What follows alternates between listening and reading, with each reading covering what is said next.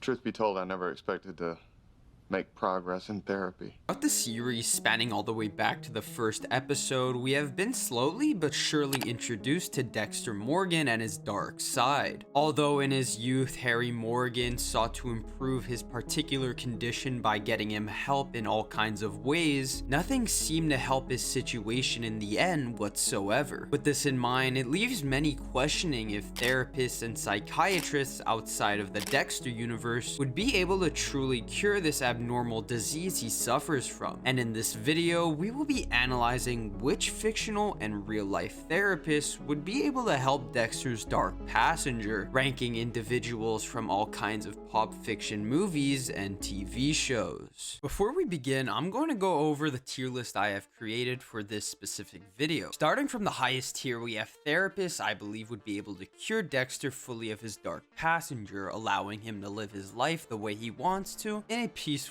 way where he has no secret desires to pursue heinous acts. Secondly, I have those who could help Dexter cope. This means individuals who could help him control his impulses to a certain extent, giving him the ability to better understand himself and live a healthier life. Not quite stopping his dark passenger, but restricting his urge significantly more than before. The third tier is psychiatrists who can make Dexter reflect, which is a rather mediocre tier. Although his urges and impulses wouldn't be really changed, it would allow for Dexter to better his relationships with the people around him, ensuring their safety both emotionally and physically. Second to last, I have those who wouldn't stand a chance, meaning Dexter would completely blank out anything they are saying out of his mind, potentially aggravating him to leave and never return again. Finally, all the way at the bottom, I have therapists who could potentially end up on Dexter's table, even if it means breaking the code to a certain extent. Now, without further ado, let's start off with Jordan Peterson. Any comments on the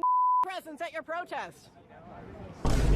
The presence of assaulting people at your protest. Do you have any comment on that?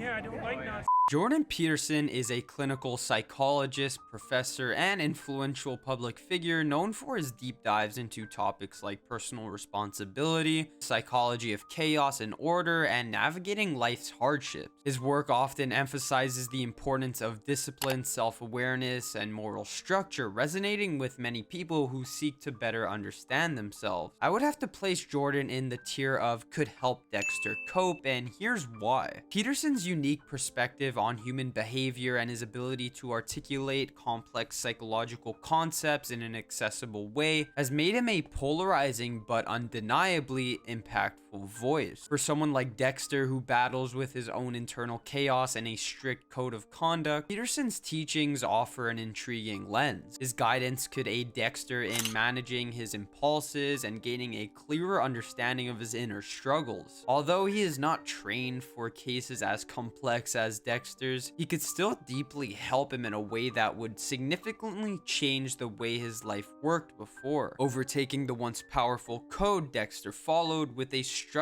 that is even more shaped for Dexter's dark needs.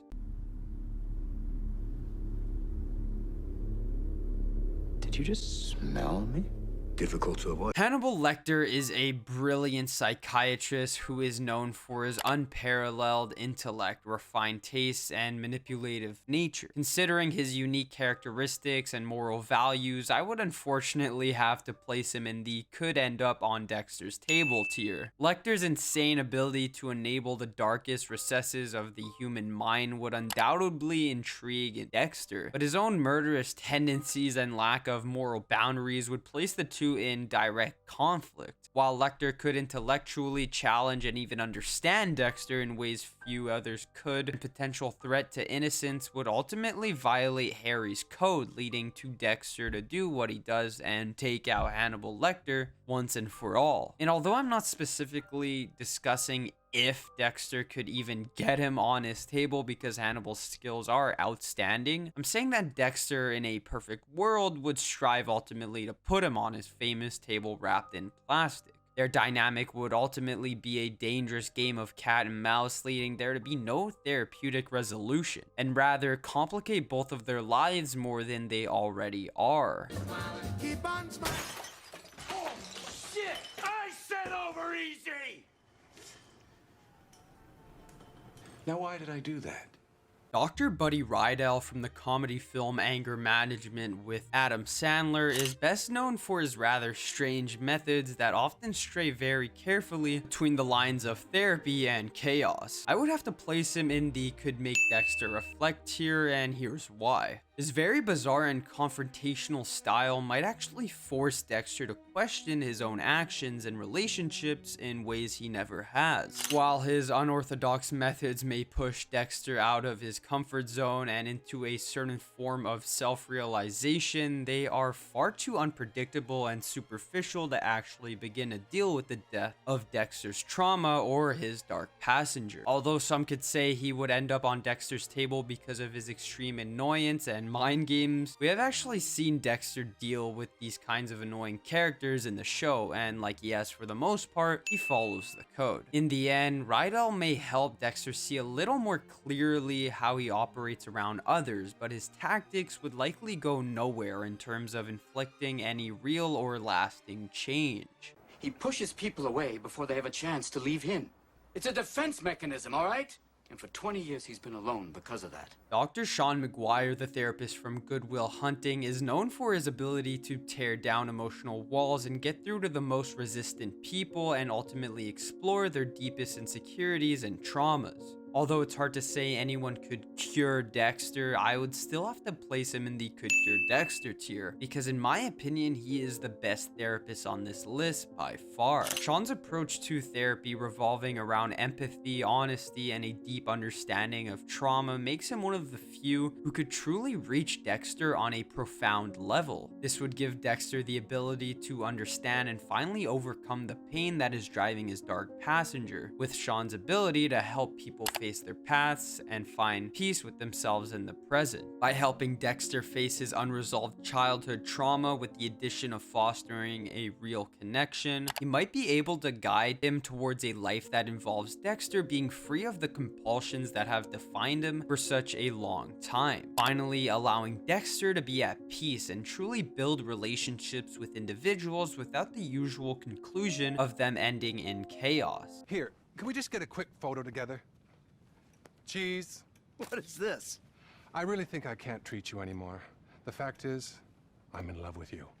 Dr. Friedlander, who is Michael's therapist from GTA 5, is known more for his focus on money and superficial advice than for any meaningful therapeutic expertise, placing him with certainty in the wouldn't stand a chance tier. His insincere approach and lack of genuine interest in his patients would render him completely ineffective in dealing with someone as complex as Dexter. From what we've seen of him, he sticks to the quick surface level solutions, which would result in him not even making a dent in Dexter's life, being a total waste of time. I also think that this therapist has probably been doing some weird stuff behind the scenes, similar to the one we saw in the show itself. With this in mind, it could potentially result in him going out similar to how Dexter took out his therapist. Although I'm not saying he would be on the table, I mean, who knows? Los Santos has kind of built a reputation of being scummy and criminal-like, even those you least expect to be. This would ultimately result in Dexter probably walking out in the middle of the session, never returning again. Look, it's impossible for me to talk to a psychiatrist. Any thoughts at all on why you blacked out? I don't know. Stress, maybe. About what?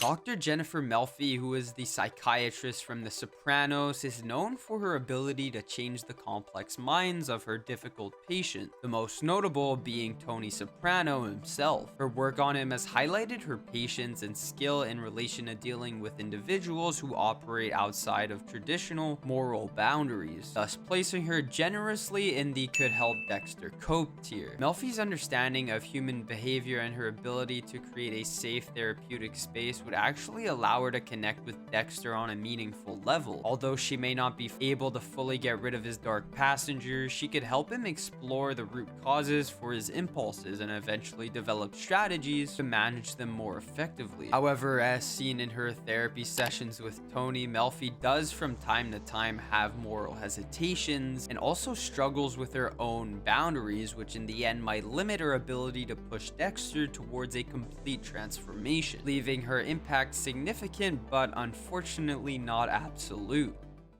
Although it's hard to say any of these therapists, even the most brilliant ones, could fully cure or come close to curing Dexter's heinous tendencies, I can generously assume that this list makes sense to a certain extent. Of course, there are many ways people can argue for some to be higher or lower than others, and I totally think there is room for discussion as to where these individuals were placed. But I want to know what you guys thought. Do you think anyone could really cure Dexter's dark passenger, or is he a lost cause? Which psychiatrist would you have liked to see on here, and as well, what would you like to see for a future video? If you made it to the end, I would greatly appreciate it if you subscribed, as it really helps me grow this channel and make more videos. Thank you for watching, and I will see you all next time.